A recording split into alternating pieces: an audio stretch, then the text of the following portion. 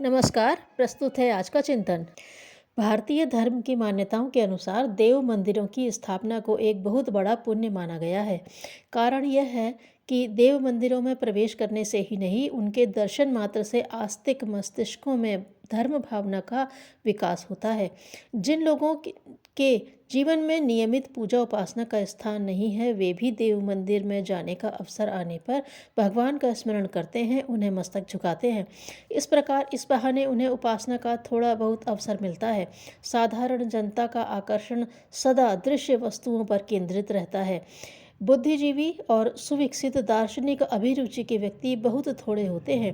प्रबुद्ध मानस की जनता निराकार उपासना से, ध्यान मनन चिंतन से काम चला सकती है, पर जिनकी वह भूमिका जागृत नहीं हुई है, उस कोटि कोटि जनसमूह के लिए दृश्य आकर्षण युक्त देव मंदिरों की आवश्यकता रहती है। लोग उन देवस्थानों की शोभा, विशालता, विचित्रता, विशेषता तथा समय समय पर होते रहने वाले उत्सव आयोजनों को देखने कौतूहलवश जाते हैं, पर अंततः धर्म बुद्धि के विकास का, भगवत स्मरण का न्यूनाधिक अवसर वहाँ मिल ही जाता है। आज देव मंदिर कुछ पंडे पुजारियों का पेट पालने मात्र के माध्यम रह गए हैं, पर प्राचीन काल में धर्म प्रचार एवं सामाजिक संगठन के महत्वपूर्ण केंद्र थे। जो पुरोहित पुजारी वहाँ रहते थे, उनके भोजन निर्वाह की व्यवस्था भगवान का भोग लगाने के नाम पर जनता कर देती थी, और वे उपार्जन की चिंता से निवृत्त होकर अपना सारा समय जनता की धर्म बुद्धि जागृत करने में लगाते थे। लोगों के परस्पर मिलते जुलते रहने, विद्यालय, चिकित्सालय, व्यायामशाला, सत्संग, पुस्तकालय, न्याय व्यवस्था आदि अनेक सत प्रवृत्तियों का वहाँ से संचालन होता था। परिव्राजक, संत महात्मा, धर्म प्रचारक इन देव स्थानों में आश्रय पाते थे, और गांव-गांव पाए जाने वाले इन मंदिरों में होने वाले भोजन, ठहरने आदि की व्यवस्था के द्वारा अपना धर्म प्रचार भ्रमण बड़ी आसानी से जारी रखते थे। मंदिरों में अन्न क्षेत्र खुले रहने का यही कारण था। मंदिरों को आध्यात्मिक एवं धार्मिक सत्प्रवृत्तियों का, नैतिकता एवं भारतीय संस्कृति के पुनरुत्थान के केंद्र बनाया जाना चाहिए।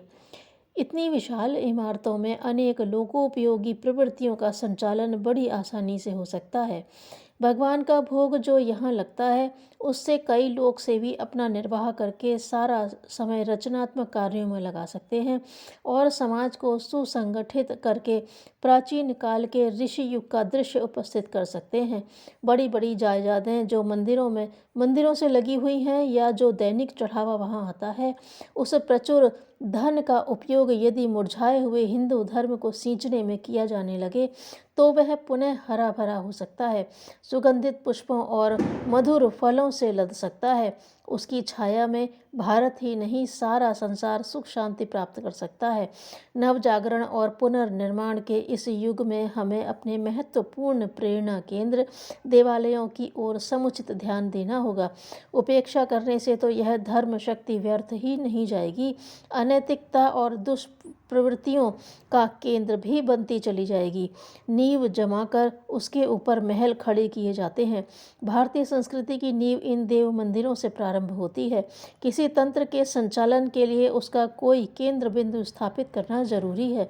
किसी संस्था, व्यापार, उद्योग या प्रवृत्ति को आरंभ करने से पूर्व उसके लिए कोई स्थान नियुक्त करना पड़ता है। भारतीय संस्कृति के वे प्रकाश दीप जो दूर दूर तक धर्म प्रेरणा की शुभ्र किरणें फैलाते रहें, ये देव मंदिर ही हो सकते हैं।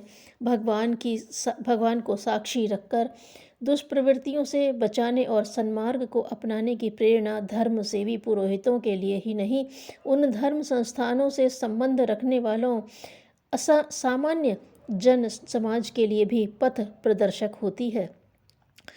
नंदनवन जैसी सुरभित इस भारत भूमि को बनाने के लिए जिन कल्प वृक्षों को उगाने और बढ़ाने की ज़रूरत है, वे इस प्रकार के देव मंदिर ही हैं।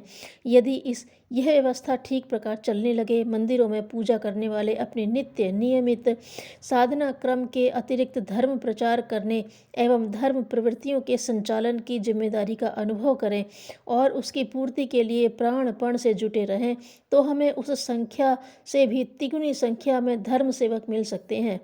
मंदिरों की प्रथा का प्रारंभ करने वालों के मस्तिष्क में जहाँ आस्तिकता, ईश्वर विश्वास, भगवत भक्ति, आत्मकल्याण की साधना, पूजा उपासना के उद्देश्य थे, यहाँ यह बात भी पूरी गहराई तक जमी हुई थी कि सारे राष्ट्र को, सारे समाज को धर्म प्रेरणा देते रहने के लिए कुछ ऐसे धर्म सेवियों की आवश्यकता है जो अपनी आजीविका की ओर से निश्चिंत रहकर सारा मस्तिष्क और सारा समय निर्धारित लक्ष्य के लिए ही लगाए रह सकें।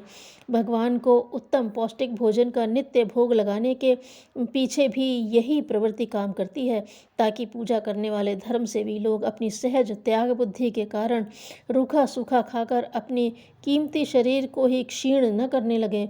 यूँ भगवान तो विदुर के साग, शबरी के बेर, सुदामा के तंदुल एवं तुलसी पत्र के भोग लगने से भी पूर्ण तृप्त हो सकते हैं, पर भगवान के बहाने इन धर्म सेवियों के आहार का समुचित ध्यान रखना था।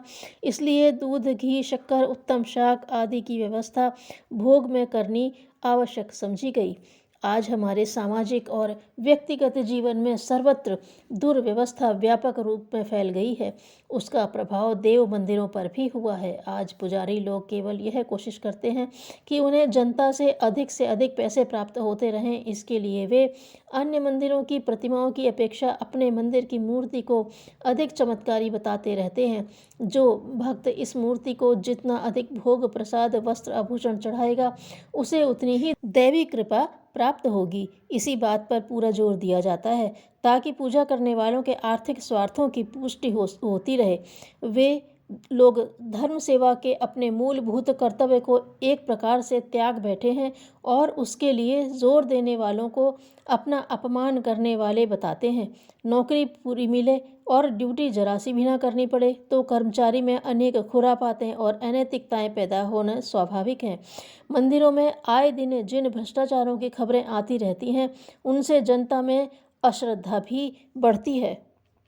जहाँ हमने अनेक बुराइयाँ अपनाई हैं, वहाँ हमारे धार्मिक एवं आध्यात्मिक सिद्धांत भी उल्टे हो गए हैं। मंदिरों के संचालक, सेठ, साहूकार उन्हीं उल्टे विचारों से अनुप्राणित हैं।